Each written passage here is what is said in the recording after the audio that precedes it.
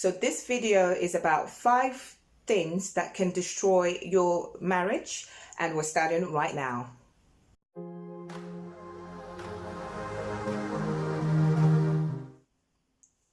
Hi guys, it's Sissy again. I'm so happy to be with you once again. Today's topic is going to be very interesting, and I'm coming to you not just from a professional background, but also from an experiential background as well. So number one is a very touchy and sensitive subject, but a lot of people have gone through it. So make sure you watch the entire video. The fastest ways to destroy your marriage or your relationship is when we take the other person for granted. And this leads to a failure to communicate with respect and love at all times. You see, after we've been together for some time, we tend to forget the passion that we had or the love that we had when we started the relationship. And this can lead to us taking the other person for granted or making him or her feel unloved. It is critical to speak to your partner with love and respect at all times, as you would someone who is a stranger to you, but who you admire and respect. We have a lot of challenges in marriage. We have a lot of challenges in relationships. But one thing we need to understand is that insults and frustrations have never really helped in solving any problem. If anything, they make it escalate even more. Now, another aspect of not communicating with love and respect, which I would put under the unclean communication tab, is when we have certain habits that exist in our relationship. And this can include lying to your partner, concealing the truth from your partner, being deceptive, not being completely transparent. This can make the other person feel unloved, and the truth is, since we all feed off each other's energy, it's a very bad vibe and very bad energy to have in the subsistency of a loving relationship. So how do you communicate better that reflects love and respect on the one hand, and also to communicate in a way where you don't necessarily hurt the other person by being deceptive about some things or not telling the truth or not being transparent? We as human beings have complicated relationships. It's simple. It's just to communicate. It's just to always make sure that we put our best selves forward. Now, when you're in a marriage or in a relationship, most of us just feel that after the marriage or after the honeymoon phase, things carry on as normal. I'm sorry to bust your bubble. If you're newlyweds, no. You have to put the work in. And how do you put the work in? What are one of the ways for you to put the work in? It's to always bring your best self to the table and always be conscious of your body language, your words, your actions to your partner. So that way you're feeding him or her a positive energy, which would, like a mirror, bounce back to you.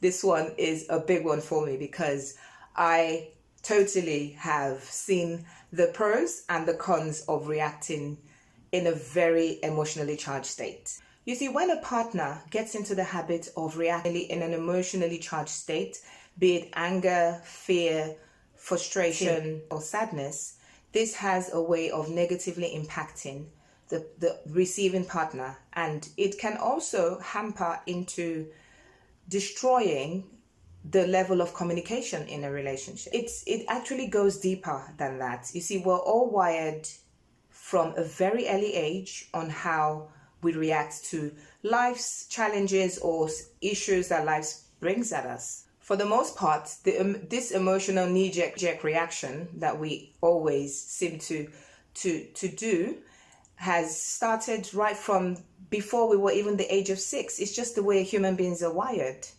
You see, for me personally, I always used to react in an emotionally charged state, and this caused my husband to start concealing things from me. It caused him to not tell me the full picture because he was scared of how I would react to it. And to say this didn't do damage to my relationship is putting it mildly. We went through a whole bunch of issues just because I refused to take responsibility for the fact that I acted or reacted in an emotionally charged state, because we tend to feel like we're the victims. We tend to feel like, He's done something wrong to me, so I have every right to react the way I'm reacting. But the truth is, we are responsible for our response. You see, whatever it might be, whether it's anger, sadness, or fear, these are all negative emotions that you're bringing to the table. Whatever it is, anger has never solved any issues or made any situation better. If anything, it promises to do is to make the situation worse. Now, I want to give you a physical drill that I have started doing, and it has helped me a lot in my reacting in an emotionally charged state. The first thing is to know yourself. To know yourself to the point where when the signs of that anger starts coming to you, what do you do? Now, when you start recognizing the signs of anger coming through to you, what you need to do is to physically stop. Whatever you're saying, whatever you're communicating, at that point, once you recognize the signs, you need to stop. So it's a stop, drop, and feel. Stop what you're doing, drop. When I say drop, I mean like let go and feel. Just feel how the situation is impacting you as well as impacting your partner. And just take a minute and return back at a point where you feel you're calmer enough to digest whatever information or whatever is going on around you at that moment in time. This brings us down to number 3, which is putting an end to gossip in your relationship. Yes, I said it, gossip. Let's start by defining what gossip means. Gossip is any conversation that we have about a third party when the person is not present or in the absence of that person, and also has the characteristics to destroy the person's reputation. Gossip is equivalent to cancer, and we all are guilty about doing it at one point or the other, as I said earlier. I used to gossip about my partner a lot.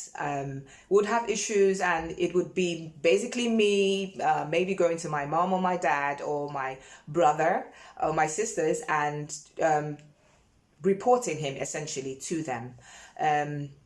Now, there's nothing wrong in opening up and sharing. Of course, when you're hurt, you do need someone to talk to, but there has to be a limit. It brings us back to the relationship. Now, it's between two subsisting adults, and the truth of the matter is you should be able to solve problems with your partner, because the issue is surrounding the two of you. And so two of you need to come to a point where you can sit together and discuss about whatever the upset might be between the two of you, because moving forward, the relationship can only be engineered by the consent of the two of you. So if two of you have brought this issue about, or one person or the other, how are you going to move forward? It still needs to be ironed and addressed by the two of you. Partners who gossip about each other kill the trust. And without the foundation of trust in any relationship, there's no relationship. So when we do things that betrays that trust, the relationship just eats away.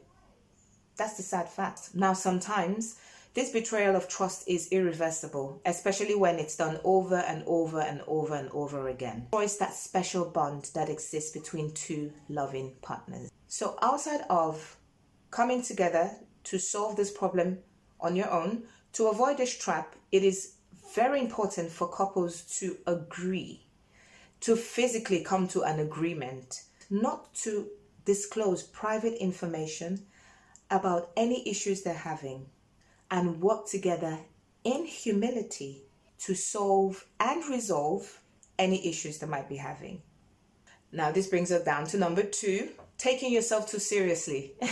I know this doesn't sound like an issue, but taking yourself too seriously, honestly, is such a downer in a relationship.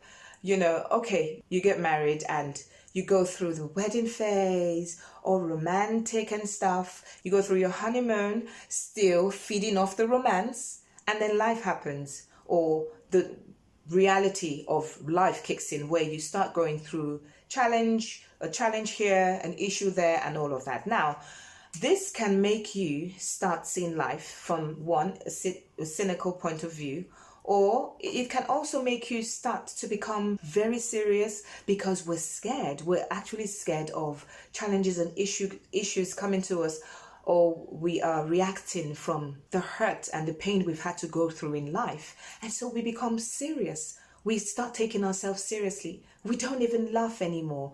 We hardly even smile at our partners anymore. There was a point where I was so grumpy. I was so grumpy, and I'm naturally a very chirpy person. But because of things I was going through, it started taking shape in my physical being. Most of us want partners that improve the overall quality of our lives. We want that fun playmate. The reason why a lot of us fall in love and feel the whole emotions of love is during your courtship stage, our hair was let down. We were calmer. We were happier until life happens. So, if one party is always down in the dumps, always grumpy, always frowning, always talking about issues and problems, this doesn't help with the overall vitality of the relationship. It actually doesn't. Now, it starts making the partners lose sight or lose focus on why they fell in love in the first place. So do you hold yourself as too busy or too serious to have fun? Are you living in a state of low-grade depression where you're always moody and sad?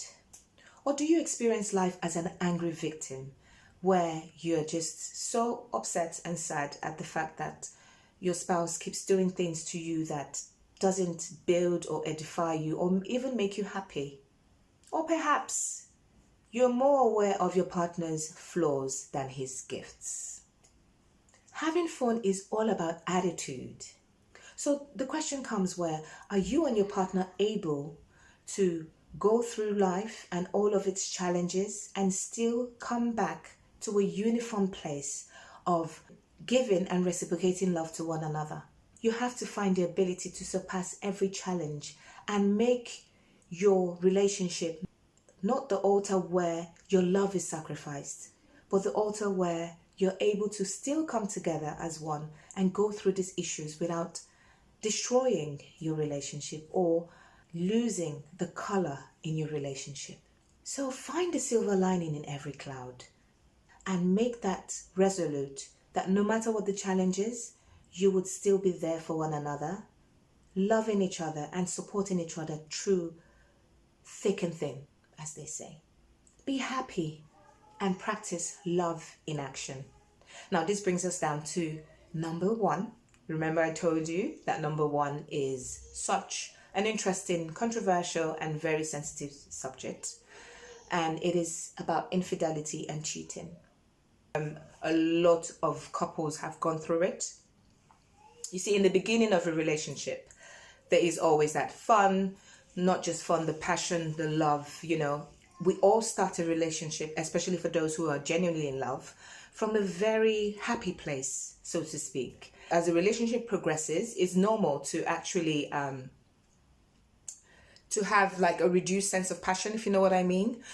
And now that is replaced by a more permanent sort of love, the love of companionship, the love of togetherness, the love that flows and burns deeper than that which we experience during the course of a new relationship. It means living by the golden rule of treating your partner the way you want to be treated. Now, the deeper we go into a relationship, the more we actually fall in love, the more we're used to that person, the more we feel part and parcel of that person's life and existence. Infidelity throws off, literally, it throws off everything from the foundation of the relationship to the promises that you made, to the agreements that you made. It actually literally rubbishes all of these deep commitments we have to one another. Cheating on your partner goes beyond the betrayal of trust and the breach of promises. And the truth is, cheating starts in our minds, and quite honestly, it ends there. Because the reason why a lot of people cheat is actually not achieved by the act of cheating itself. thousands of marriages have been impacted by cheating. A lot of people cite different reasons for cheating. Maybe it's they feel ignored, they feel unloved. Maybe it's the addition of new family members when you start having children. Maybe it's just the way they've communicated with each other. But there are a lot of reasons why people cheat. But the truth is, infidelity is so bad, and the pain of being cheated on is like the pain you experience when you lose someone you love. That's why it's called a broken heart. Because you feel so much pain that you start to question yourself, even though it's not about you. For as long as there is the institution of marriage, cheating will also be there. So, which brings us to the very important question: how do we avoid being cheated on, or how do we avoid cheating in a relationship? Couples who operate from a rock-solid commitment to their marriage, even when they find themselves in situations where they feel that urge to cheat, they won't. You know why? It's like a scale. You always need to weigh your scale. You always need to put your marriage on one hand and put the cheating on the other hand. And you need to look at it from the perspective of what you stand to lose. When you're always clear about what you stand to lose when you do cheat on your partner, it helps you to stay focused. It helps you to stay on the guided path. Because quite frankly, cheating, or whatever you gain from cheating, is not lasting. It's so short-lived that it is not worth, honestly, it is not worth putting and jeopardizing your creation of a beautiful and loving relationship. It doesn't justify that creation to be crumbled up like a piece of paper and just tossed away. So I hope you enjoyed this video. I hope it's helped to identify some of the signs that may bring about an erosion or a destruction of your relationship. And I hope you find ways to apply them to, again, build a happier, healthier relationship. If you enjoyed this video, please give it a like and don't forget to hit that subscribe button. Until I come your way again, it's a goodbye from me.